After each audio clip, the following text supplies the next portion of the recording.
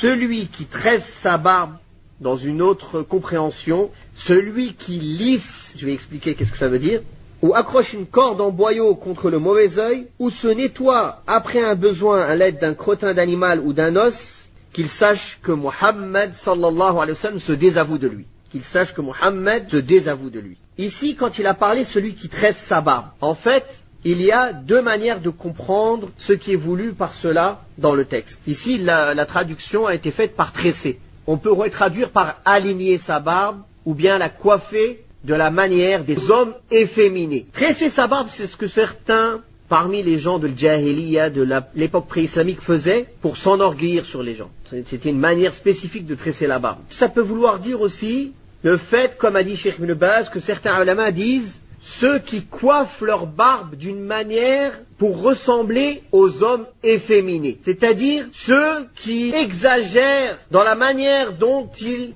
font un style et un modèle, une coupe à leur barbe. À l'exemple des femmes qui donnent trop d'importance à leur coupe de cheveux.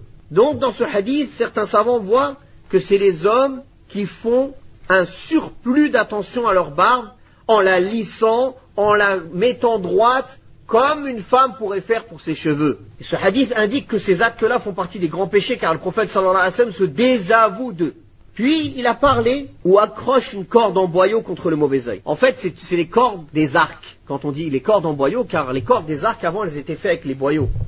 Jusqu'à maintenant d'ailleurs, je crois que les bons arcs sont faits avec des boyaux, la corde. En fait, les Arabes à l'époque pré-islamique, ils avaient une croyance. Quand ils utilisaient leur arc, une fois que la corde était usée, ils la coupaient et ils l'accrochaient autour de leur cou ou bien autour du cou des animaux. En disant, comme cet arc il a servi à la guerre, alors il y a la baraka dedans. Il y a la bénédiction dedans. Donc en l'accrochant autour du cou de mon animal, ça va repousser le mauvais œil. Et ceci est donc un acte de polythéisme mineur.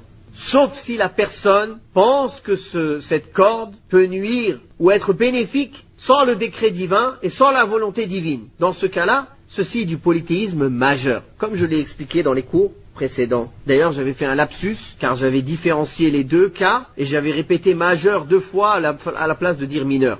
Alhamdulillah, dans le cours enregistré, cela a été corrigé. Et nous avons écrit un message pour spécifier cela. Donc, le prophète sallallahu alayhi wa sallam stipule ici l'interdiction d'accrocher ce type de corde, ou tout type de talisman, ou tout type d'amulette pour repousser le mauvais œil, ou bien le mal, ou bien pour s'en soigner,